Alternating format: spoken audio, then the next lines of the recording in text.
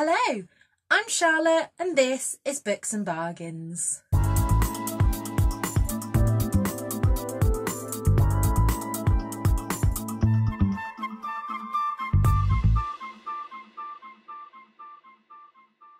So welcome to my very last video of 2020, which has been a year. That is all I can say. You may notice I have half taken down the Christmas stuff, reinstated my rainbow and got dressed up for this video because why not? This is the awards ceremony for the top 10 books of 2020. If you watch my vlogs, you will know that a couple of weeks ago I spent a few days in hospital, and while they're high on morphine, I did some shopping.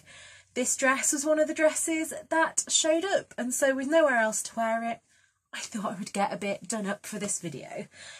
I was going to say that this is going live on New Year's Eve, but it's not. So hopefully you're watching this on New Year's Eve and yeah, it's a bit like going to the Oscars, isn't it? Definitely a cause for celebration. So like I say, today we're going to go through my top 10 of the year.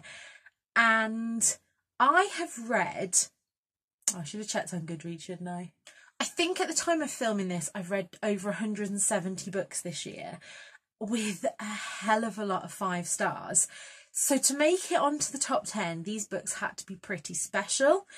And I've noticed from looking at them, if you ask me straight off the bat what genre I like, I would say it was split about 50-50 between kind of thriller and romance. But actually, looking at this list, I don't... one's maybe a thriller, though I'm not sure how to describe it. But what I've been doing, as the year's gone on, I've had my top 10 sat on the shelf over there, and every time I finished a book, I've held it up next to them and gone, do I like this better than? And moved it up in the list. So, let's just get into it. So, in spot number 10, we have Elizabeth Acevedo's With the Fire on High. I've already read this with Victoria, and this book is... it's beautiful. It's not one of Elizabeth Acevedo's novels in verse, but it's still poetic in the way it's written.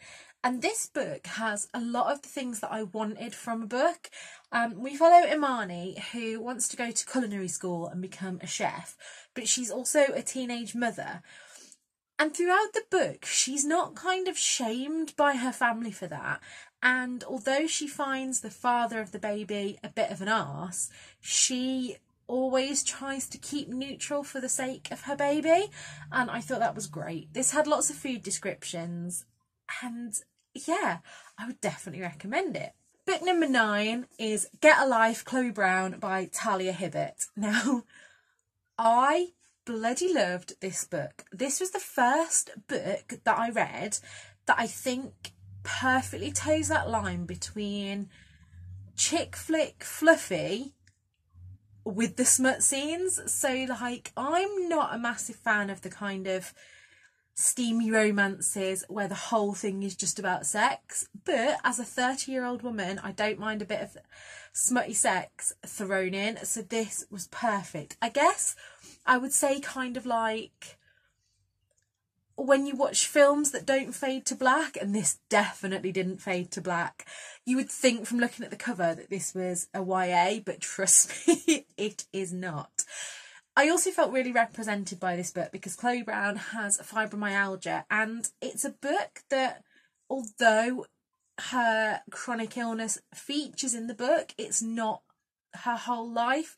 She still has relationships, she has fears, there are mental health representation and everything in between. So yes, I love that one. Book number 8 is one that I read really recently, and how I didn't know that this was being released is beyond me. And this just awakened the theatre kid within me, and that is The Love Curse of Melody McIntyre by Robin Talley.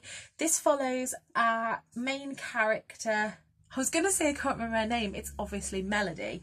Our main character Melody, who is a stage manager for her high school theatre. Now, I was involved in theatre as a teen, and it's where my heart still lies. And Melody's bisexual, and I've said in other wrap-ups of this, the one thing that I really love about her bisexuality is that it's not a plot point. It is just that she mentions her ex-boyfriend and an ex-girlfriend, so it's just so naturally done.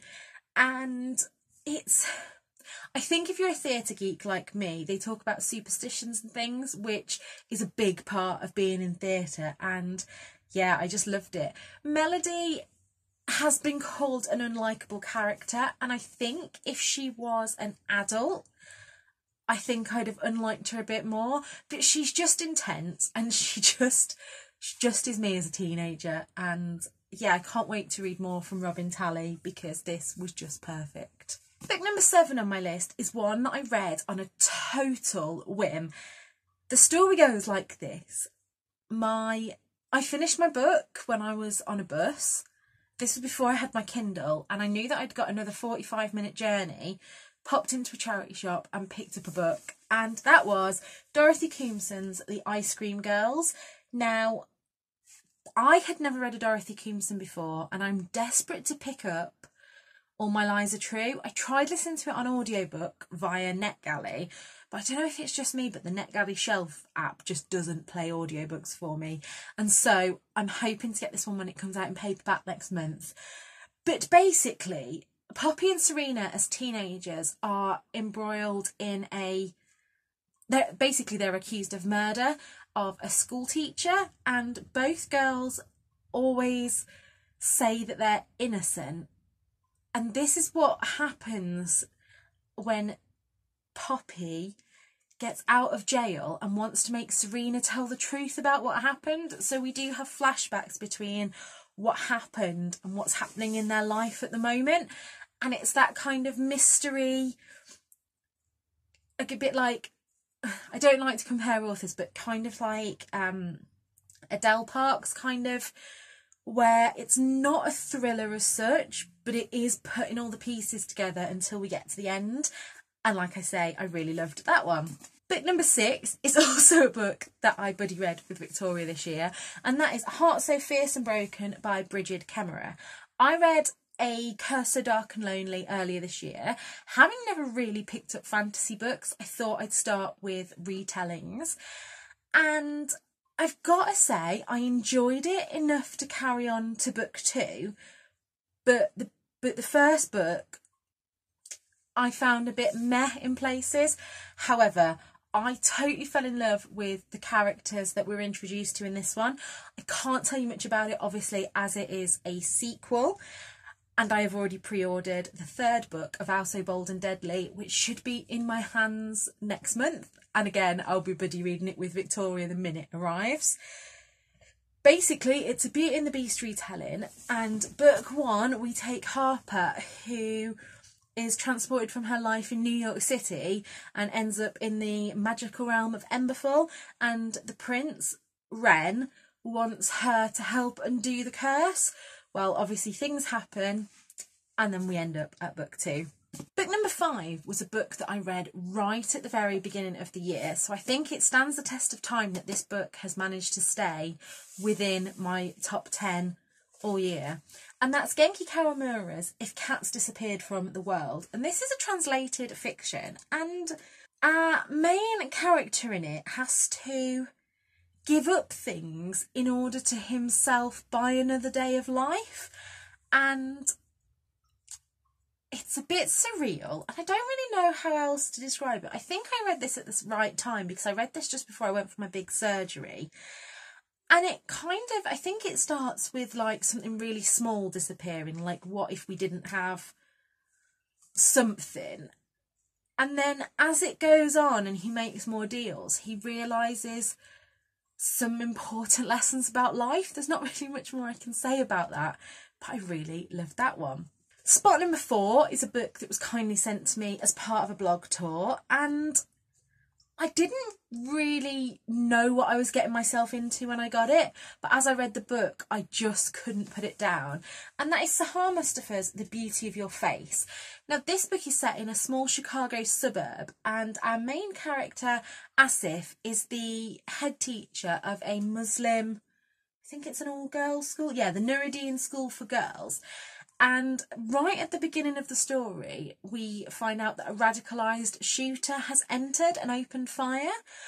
And the story goes back through Asif's own past, how she found Islam and how she came to it. Also kind of strained relationships within her family. But we also see from the radicalised shooter's point of view what got him to that position. And yeah, this is quite a hard-hitting contemporary. You have to really be in the right mind to read this. But I would recommend it to everyone. It's the first book that I read this year, and it got me on down a bit of a rabbit hole of books from Muslim women's point of view. And I've also picked up Hijab and Red Lipstick, which I'm looking forward to getting to soon. And I just think it's really been the year when I've diversified my read a little bit, and I'm reading fiction books from different perspectives and really enjoying it. Should we have a little drum roll as we get on down to our top 3? Now this, I have found today, one of these books I finished reading today, and I did want to put it in top place, but I haven't really had time to digest it. I knew that it needed to be up here, but I'm actually going to put it in 3rd position, and that is Tender is the Flesh by Augustina Bazterrica. Now, what do I even say about this book? This book was recommended to me by Victoria, from what Victoria read. Can you see the theme here? She enabled a lot of these books. However, it arrived for my birthday, and to this day, no one has ever said that they bought it me, which is a little bit freaky in itself. However, I wouldn't recommend this book to everyone. It's not one of those books that I'm like, yeah, everyone should read this, because this book is disturbing. This book made me feel very, very sick reading it. But I don't think I've ever read a book that's had that kind of visceral, like, reaction within me. All I really want to tell you about this is that it's a dystopian world in where we can no longer eat animals because of a virus. Really did make me think about the current situation we're in. So people begin to eat human meat, and yeah, it's very poetic. It's quite a short book. I literally started this yesterday and just finished it in one. But I'm still, I don't really know what to say other than, if you can cope with the kind of visceral descriptions of human slaughter and read something that is quite a literary fiction, poetic take on something so disgusting and brutal, then I would say to pick this up. The next 2 books, again, I wasn't sure which order to put these in, but so in 2nd place we have Take a Hint, Dani Brown. This is the 2nd in the Brown Sisters trilogy. Well, it's not really a trilogy, it is, but it's companion novels, so I wouldn't say you had to read them in order. And this one I just fell in love with. So our main character Dani, again, is bisexual. I really love bisexual rep, can you tell? And again, not a massive plot point that Dani is bisexual, other than she has had a girlfriend. She now has a boyfriend. Well, I say that. It is a fake dating trope, which I love. And it just... One thing that I think picked this quite high on my list is the mental health representation for Zaf. I don't think there's enough male mental health representation in books, and this was just done so well. Again, I don't want to tell you too much about it. Again, it's another more adult romance with a good dose of smut in here, and I loved it. So that is that. And the book that is taking top spot, and this is a book that I heard about first on Kaz's channel from Cats and Cameras, and I don't know why I didn't read it sooner, and that is Robin Benway's Far From the Tree. this, I mean, what can I say? This broke my heart and put it back together again. When Grace becomes pregnant as a teenager and decides to give up her baby for adoption, it opens a kind of can of worms, and she decides that she wants to find her birth siblings, as she was also adopted. And she goes through this journey of meeting her brother and sister, and just everything that happens along the way really stuck in my throat. If I haven't banged on about this enough already on this channel, I was adopted as a baby, and I don't know if Robin Benway was, but if she wasn't, she has obviously spoke to people that are adopted, because the representation in this, I felt like a punch to the gut at times, because the way that all three of our main characters reacted to things were all kind of things that I'd felt at different stages in my life. So her younger teenage sister, I feel, was like me as a younger teen and how I reacted to things. And then Grace herself was a kind of more grown-up me and what I felt. And yeah, another hard-hitting contemporary that will stay with me forever, and I definitely want to reread. So there you have it. Those are my top 10 books of 2020.